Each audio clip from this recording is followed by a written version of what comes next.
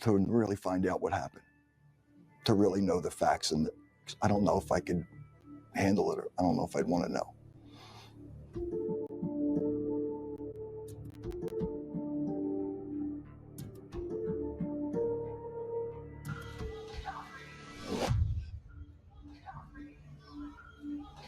Walked into, I don't know what. Just nobody on South Street saw anything. Nobody along the highway saw anything.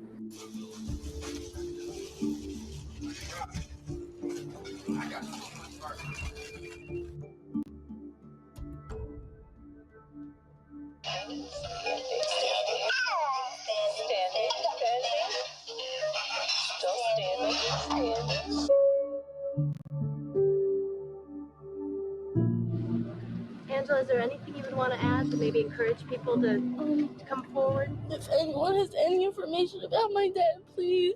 I just need him back. Please.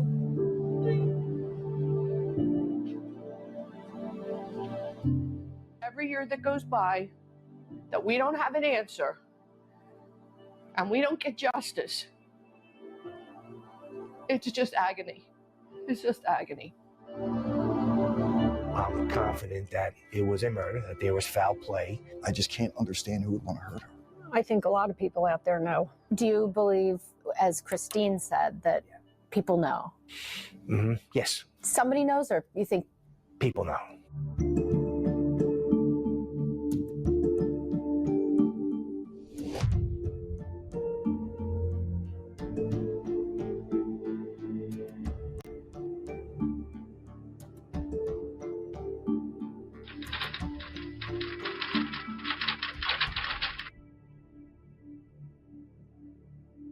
I have never questioned that for a day. He would have never, ever, ever left me.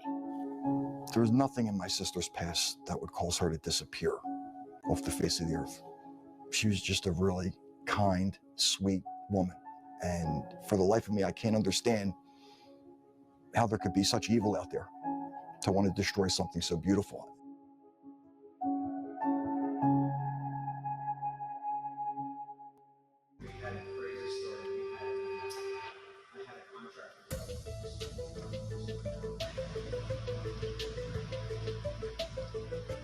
Is he still somebody you're looking at? I haven't closed anybody out. We have a solid direction. We have a lot of information. I might have that silver bullet or that golden nugget. So new information, solid leads. That's what the FBI is saying. And it feels like we've been tasked with telling people something that they should act on. Imbo and Patron in the city of Philadelphia, everybody knows this case. And the FBI is saying they believe somebody, not just somebody, but people know what happened. People know what happened. Saturday, right? So February 19th, it was a cold day, very, very cold day. It was unseasonably cold. This was that busy bar, Abilene's. Today, it's a vacant Thai restaurant. On a Saturday night in 2005, South Street would have been packed with people. Imbo and Patron left the bar, stepped out onto South Street, and disappeared into thin air. He loved sports, football, Chicago Bears. He loved the Flyers, and music. He loved music. He loved rock concerts, went to a million concerts.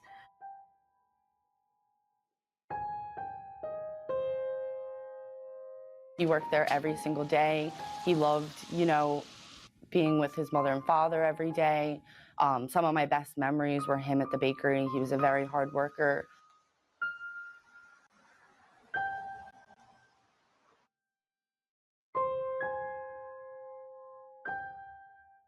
Grew up with Danielle. She was my best friend. She was great. She was a singer. She loved music. They had a lot in common like that. She's like the nicest person I've ever known. She would walk into a room and make everyone feel like they were the only person in the room. Just one of those people that never had an enemy, always was loved by everyone.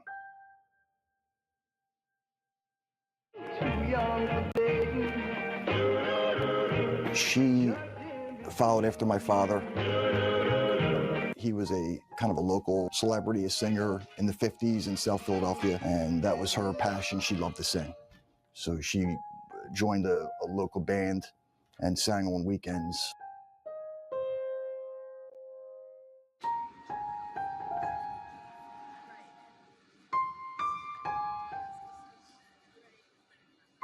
At that time when she was going through the divorce with Joe, you talked about that a little bit, right? Her and I? Yeah. Every day. And what were those conversations like? I mean, I don't really want to say. It was hard. She had a lot of struggles with it because of her son. He was little. I mean, I don't even think he was 2 at the time. So I think she had a lot of struggles with her decisions because of him. Mm-hmm.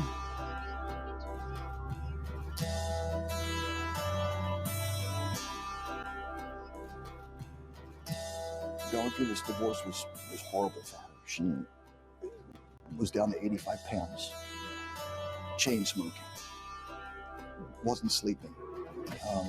She was a shell of herself.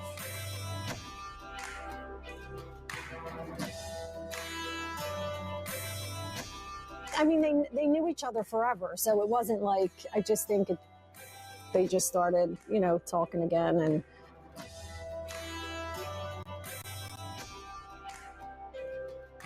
my dad was a great father. For a long time, he raised me by himself, picked me up from school every day, took me to the park. Danielle was really the first girl that he really fell in love with and, really wanted to dedicate his time to. And I was getting a little bit older, so I feel like he felt like, yeah, it was okay.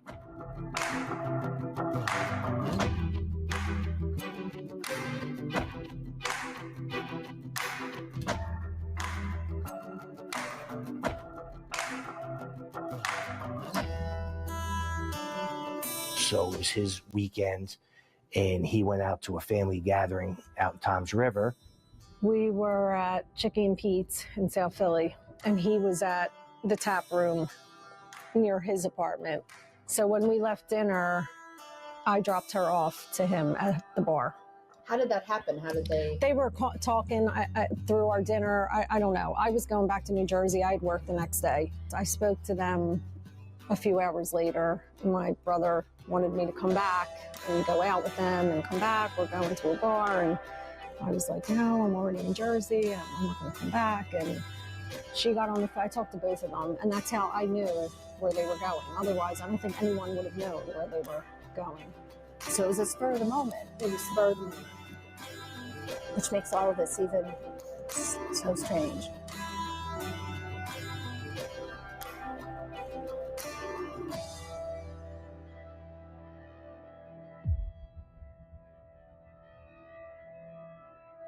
They left the bar, happy. No situations, no incidents. Nothing that we uncovered indicated any kind of altercation or anything at Abilene's. That February night was very, very cold. In fact, Patron boasted to a friend inside the bar that he'd found a parking spot close by, but nobody knows where that parking spot was. And to this day, nobody's come forward to say they saw the couple getting into Patron's truck or anything else out of the ordinary. That was the last anybody ever saw or heard of, Rich Patron and Danielle, Imbo, or the truck. They just disappeared. Just disappeared. I called her mom. She hadn't heard from her. My mom couldn't get my brother. My mother had called me and said, no one's heard from Danielle. She missed her haircut appointment with Christine. And Marge has been trying to contact Richard. It's going right to voicemail. When Joe came to the house with the baby, he was surprised to see me and my mother and a couple other people answer the door, and Danielle wasn't there. And he had asked where Danielle was, and I had made something up quickly. I think I said something along the lines of, oh, she's out with Christine, and she asked us to be here for her. I didn't know what to do at that point. I honestly didn't know where she was. At that point, I didn't think there had been any type of foul play. I was just trying to cover up for her. I knew by that night, I thought I'm never going to see them again. What made you so sure? Just because that's what I thought. Because it was so out of character for both? So out of character, and yeah, I'm not going to say why I thought it, but I kind of knew.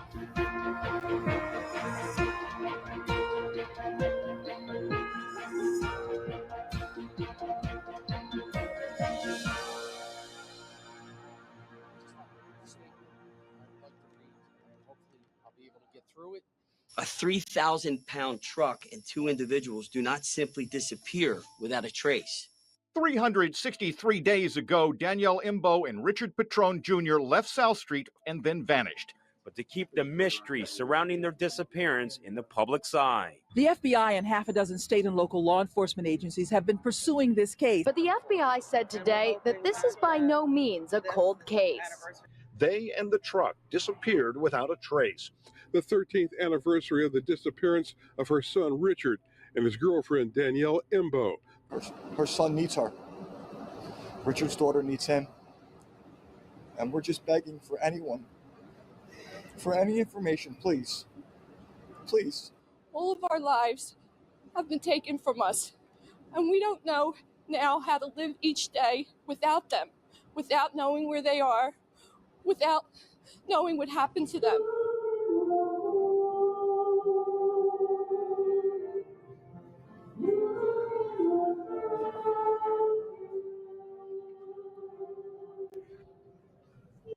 I had family members that were Camden police officers that were at the scene, and they had called me from there, explaining that I'm here, it's not the truck, I'm here with the owner, it's a Dodge Ram, it's not a Dodge Dakota.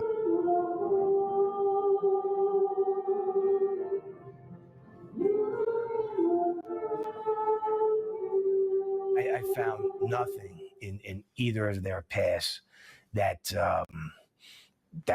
that would have warranted, what happened, them disappearing. Absolutely nothing on either one of them. They weren't involved. Rich was a knockaround guy, hardworking, raising his daughter. Danielle, same thing. Talk about Joe Imbo, and he did take a polygraph at the time. Is he still somebody you're looking at? I haven't closed anybody out.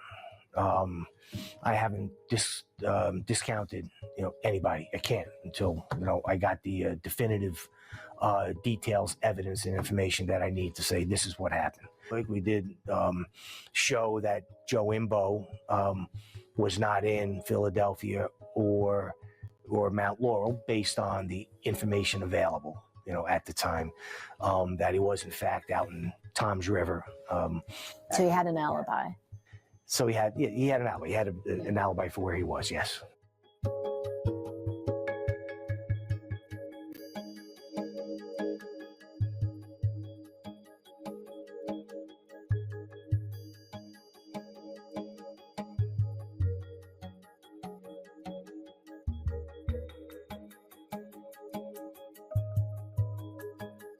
Was there a note? There was. Did it mention Imbo or Petrone? Nope. That was a rumor that came out. Yeah.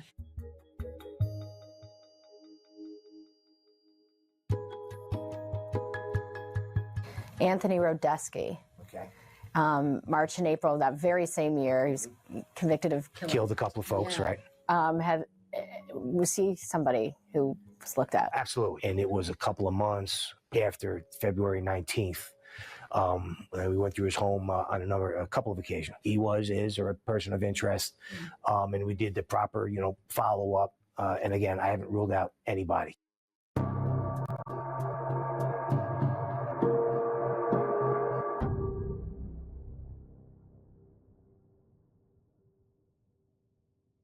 Could just be random. Yeah. But to be random and to get rid of two bodies and a truck, Right. it's pretty hard to do. Not impossible, but pretty hard to do. Around that time, there was a lot of car theft. Car theft, chop shops, Right. You got a shredder, in South Philly that's shredding cars. There's all kinds of ways to get rid of trucks with people who know how to get rid of them. Right. But for a random crime to have occurred, you'd have to have somebody who knows how to make that happen and has those connections, which is possible.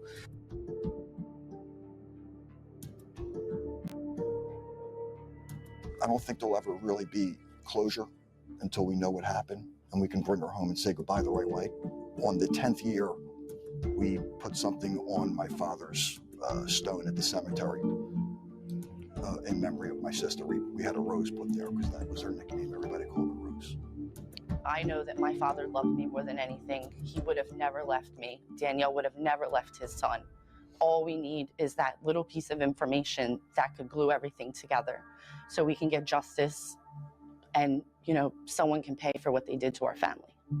A case like this will be solved by somebody in jail, somebody who wants to, for an example, somebody in jail who wants to either clear their conscience, before they meet their maker, or, has some specific information that they can, call in. This is still a very much in the interest of the FBI to bring closure to this.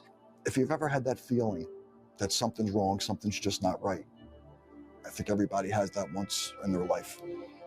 There's something doesn't feel right. We have that feeling from the time we wake up to the time I go to bed every day. It really tears you up inside not knowing what happened to someone so beautiful as Danielle. It's just not the same without her.